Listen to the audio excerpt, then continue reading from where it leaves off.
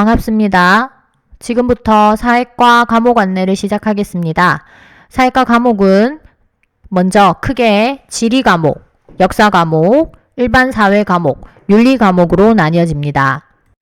먼저 진로 선택 과목에 해당하는 여행지리, 사회문제 탐구를 보겠습니다. 여행지리는 앞서 얘기한 사회과 과목 분류에서 지리 과목에 해당을 하고요. 우리 주변, 우리나라, 다른 문화권, 전 지구의 자연환경과 인문환경이 어떤 모습으로 존재하는지, 그리고 그 속에서 사람들의 삶과 관계는 어떻게 변화하고 있는지 통합적이고 융합적으로 이해하도록 하는 과목입니다. 그래서 영역이 여행을 왜 어떻게 할까, 그 다음에 매력적인 자연을 찾아가는 여행 해가지고 이제 지형이나 기후 관련해서 관광적 매력을 배워보고요. 그 다음 문화, 세계문화유산이라든가 우리나라 문화 지역 이런 부분을 배웁니다. 이 외에도 인류의 성찰과 공존을 위한 여행, 그 다음에 여행자와 여행지 주민이 모두 행복한 여행, 여행과 미래 사회 그리고 진로 등등등에 대한 내용을 배우게 됩니다.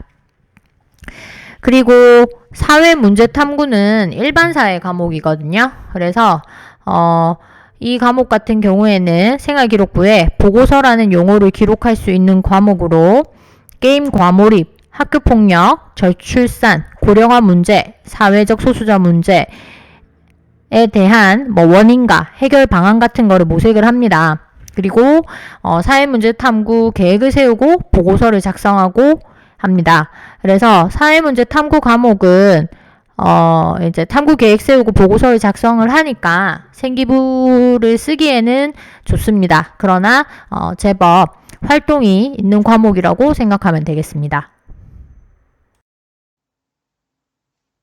방금까지는 학교 지정 진로 선택 과목 두 과목에 대한 설명이었고요. 지금부터는 학생 자율 일반 선택과 진로 선택 과목을 처음에 얘기했던 지리, 역사, 일사, 윤리 과목으로 분류해서 설명하도록 하겠습니다. 먼저 지리입니다.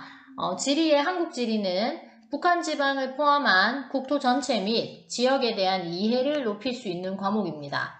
초등학교와 중학교의 사회과 지리 영역의 학습을 바탕으로 국토 이해의 기초가 되는 각종 지식과 정보, 이를 활용할 수 있는 능력, 국토 이해에 필요한 지리적 사고력, 우리가 살고 있는 지리 환경에 대한 바람직한 가치관과 국토애를 고양할 수 있는 내용으로 구성이 됩니다.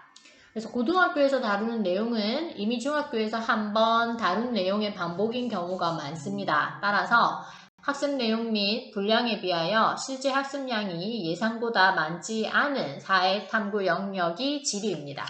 한국지리는 수능 선택자 수 3위였습니다. 다음으로 세계지리입니다. 세계지리 또한 이미 중학교에서 한번 다룬 내용의 반복인 경우가 많습니다. 그래서 수능 선택자 수가 이제 4위, 5위 그렇게 하고요. 작년에는 4위였고, 한국지리가 국토에 대한 이해를 높이는 과목이라면 세계지리는 세계 각 국가나 권역의 자연환경 및 인문환경에 대한 체계적이고 종합적인 학습을 추구하는 과목입니다.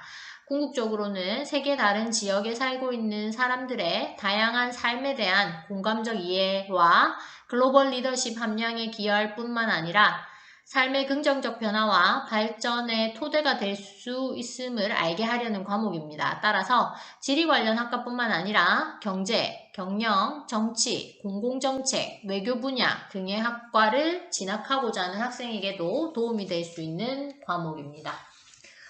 그리고 진로 선택에 해당하는 지역 이해 과목 설명하겠습니다. 지역 이해 과목은 해당 지역의 사람들이 자연 및 인문적 환경과 어떠한 관계를 맺으면서 생활해 왔는가, 또는 그 지역의 장소적 속성과 문화가 다른 지역과 어떻게 상호작용하며 동시에 갈등하고 있는가를 사례 중심으로 파악하는 과목입니다. 한국지리, 세계지리보다 심화된 내용을 다루고 있으므로 한국지리와 세계지리를 먼저 학습하거나 이에 대한 기본 개념에 대한 배경을 갖추고 있을 경우에 과목에 대한 이해에 도움이 될 수 있습니다. 그래서 지역 이해 과목 같은 경우 지리과 파트에 해당하겠습니다. 다음으로 역사과입니다. 먼저 세계사는 인류 전체에 대한 종합적인 이야기입니다. 유럽 중심의 서양사, 중국 중심의 동양사를 중심으로 각 지역 내 교류와 갈등은 물론 근대 이후 세계가 통합되어가는 일련의 과정을 배우게 됩니다. 역사가 곧 상식의 기준이 되는 현대사회에서 세계사를 배우는 것은 일반 상식을 풍부하게 만들어준다는 점이 장점이겠지만, 나아가 역사라는 과목 안에 각 국가의 정치, 경제, 사회, 문화가 포함되어 있음을 고려하면 세계사는 삶을 바라보는 시야, 안목을 넓혀주는데 매우 유용한 과목이라고 하겠습니다. 다음으로 동아시아사입니다. 동아시아사와 관련해서 설명하자면, 중국과 일본은 세계에서 손꼽히는 강대국이지만 정작 우리에게는 가깝고도 먼 나라입니다. 한중일이 어떤 영향을 서로 주고받았는지, 그로 인한 변화는 무엇인지를 밝히는 과목이 바로 동아시아사입니다. 세계사와 비교한다면 각 나라의 역사 자체보다는 이 3국의 교류에 더 포커스가 갖춰진 과목이라고 할 수 있겠습니다.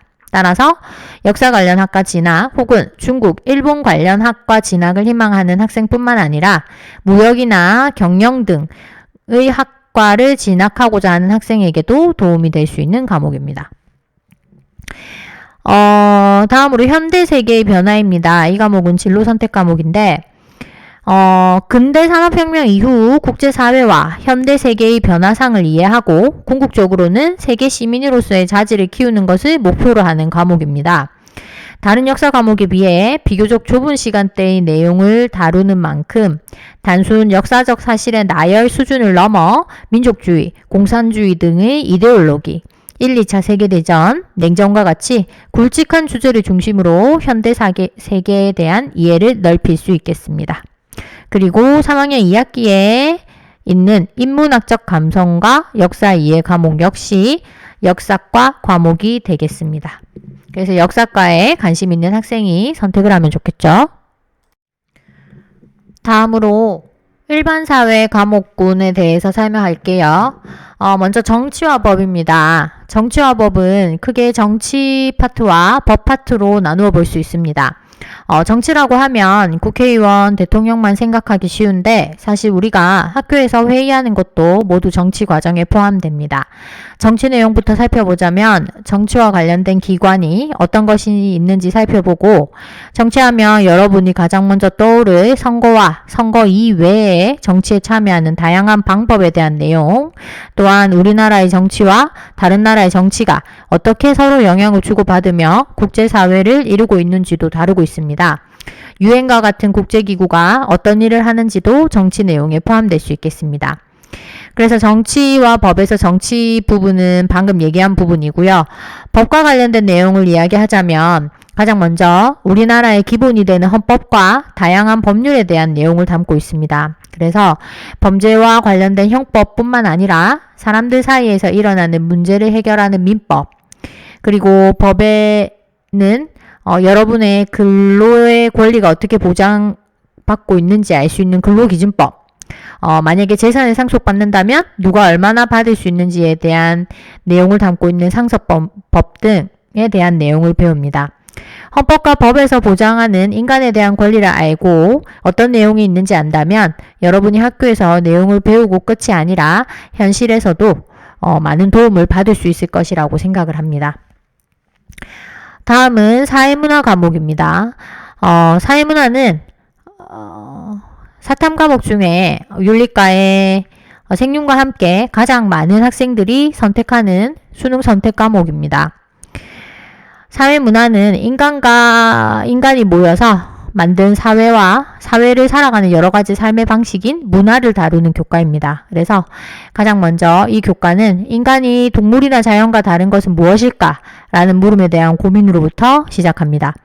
여러분의 주변에서 쉽게 볼 수 있는 사회 현상이 대체 왜 발생하는 것인지에 대해서 여러 가지 관점을 바탕으로 사회 현상이 갖는 특징을 분석하고 사회문화 현상을 탐구하기 위한 양적, 질적 연구 방법의 특징과 자료 수집 방법의 유형에 대해 공부하게 됩니다. 그리고 가족, 학교, 회사 등 다양한 사회 집단과 조직에 대해서 배우게 되고 그 조직이 유지되기 위해 필요한 어떤 규칙, 그 규칙을 어겼을 때 발생하는 상황 등에 대해서 공부하게 됩니다. 이 외에도 문화의 속성과 변동, 사회 불평등 문제, 사회 변동 등에 대한 주제를 다루는 과목입니다. 다음으로 경제입니다. 경제는 통합사회 5단원의 시장경제와 금융에서 공부하고 있는 내용을 좀 더 구체적이고 더 심화되고 더 많은 내용을 배우는 과목이라고 생각하면 되겠습니다. 그래서 가장 먼저는 우리가 물건을 사고 파는 원리에서부터 시작을 합니다. 그래서 물건을 사고자 하는 사람은 어떤 생각을 가지고 행동을 하는지, 물건을 팔려고 하는 사람은 어떤 이유로 그런 행동을 하는지 알아보는 거죠. 그 다음 물건을 사고 파는 과정에서 만들어지는 가격과 이 가격이 왜 변하는지에 대한 내용을 담고 있습니다. 그리고 이제 나라와 나라 사이에 물건을 사고 팔 때 가격이 어떻게 결정될까 등등등 경제활동이라고 할 수 있는 물건을 사고 파는 기본적인 내용에서부터 점차적으로 시각을 넓혀가는 과목이 되겠습니다. 그리고 비교문화 과목인데요. 3학년 지금 2학기 진로 선택 과목인데 이 과목 같은 경우에 반드시 사회문화를 이수한 학생만 신청을 할 수 있습니다. 그래서 비교문화 같은 경우에 사회문화를 이수한 학생들만 비교문화를 선택할 수가 있습니다. 이 점 유의해서 과목 선택하기 바랍니다. 마지막으로 윤리 교과목입니다. 윤리 교과목에는 윤리와 사상이랑 생활과 윤리가 있거든요. 그래서 윤리와 사상이랑 생활과 윤리 같은 경우에 수능 선택 과목입니다. 수능 선택 과목인데 윤리와 사상 먼저 이야기를 할게요. 윤리와 사상은 인문학적 소양에 기반이 되는 동서양 윤리 사상과 사회 사상에 대한 전반적인 학습을 하는 과목입니다. 그래서 윤리와 사상은 유교, 불교, 도교, 서양 고대, 중세, 근대, 현대 윤리사상, 민주주의, 자유주의, 공화주의, 자본주의, 국제평화 등의 사회사상을 배우게 되고요. 그 다음에 생활과 윤리 과목 설명할게요. 생활과 윤리 과목은 삶의 다양한 윤리적 문제 원인과 대안을 찾기 위한 지적 탐구를 위한 과목입니다. 생활과 윤리 같은 경우에 수능 선택을 가장 많이 하는 과목 중에 하나입니다. 그래서 이제 사회문화랑 생활과 윤리가 이제 수능 선택이 가장 많은 과목에 해당하고요. 생활과 윤리가 보통 1위를 하는 편입니다. 생활과 윤리는 생명윤리, 과학과 윤리, 정보사회윤리, 환경윤리, 사회정의, 문화윤리, 평화와 윤리, 사회의 주요 이슈, 정의, 복지, 자본주의 같은 이슈들 있죠? 관련된 심화학습을 하는 과목입니다. 방금 윤리와 사상과 생활과 윤리 각각 따로 설명을 했고요. 이 두 과목 공통적인 부분, 윤리 교과 선생님께서 이제 적어주신 부분입니다. 공통적인 부분이에요. 이야기를 할게요. 지금부터 윤사와 생윤의 공통적인 부분. 처음 듣는 어려운 개념이 많습니다. 재미보다 의미를 찾아야 하는 주제가 대부분이고요. 현재 수강생들의 현실과 선택시 고려할 점이라고 해서 꼭 전달해 달라고 하셨는데 수능 연계 교과라서 선택하였지만 개념 학습이 어렵고 사회에 대한 관심을 갖는 것이 힘들어하는 학생들이 많습니다. 개념 이해와 논리적 추론 등의 부담이 없는 학생이 선택하면 좋습니다. 인간과 사회에 대해 관심이 많고 관련 다큐멘터리나 신문 읽기, 독서를 즐겨하는 학생이 수강하면 좋습니다. 그리고 당부하고 싶은 말은 내용이 어려워서 쉽게 포기하는 학생들이 많아 안타깝습니다. 섣불리 선택하기보다는 어렵지만 조금씩 개념 학습을 통해 인문사회 관련 전공을 위해 꼭 필요한 문해력을 갖추고 싶은 학생들이 들으면 좋습니다. 특히 수능 준비를 할 때 개념 이해력이 있는 학생들은 공부에 투자하는 시간이 적어서 가성비가 높다는 장점이 있습니다. 방금 내용은 이제 윤사와 생윤 이야기했고요. 그 다음에 3학년 진로 선택 과목인 고전과 윤리도 윤리교과 과목에 해당합니다. 그 점 이제 참고하셔서 선택하기 바라겠습니다. 네, 이렇게 해서 사회교과 과목 안내를 마치겠습니다. 수고했습니다.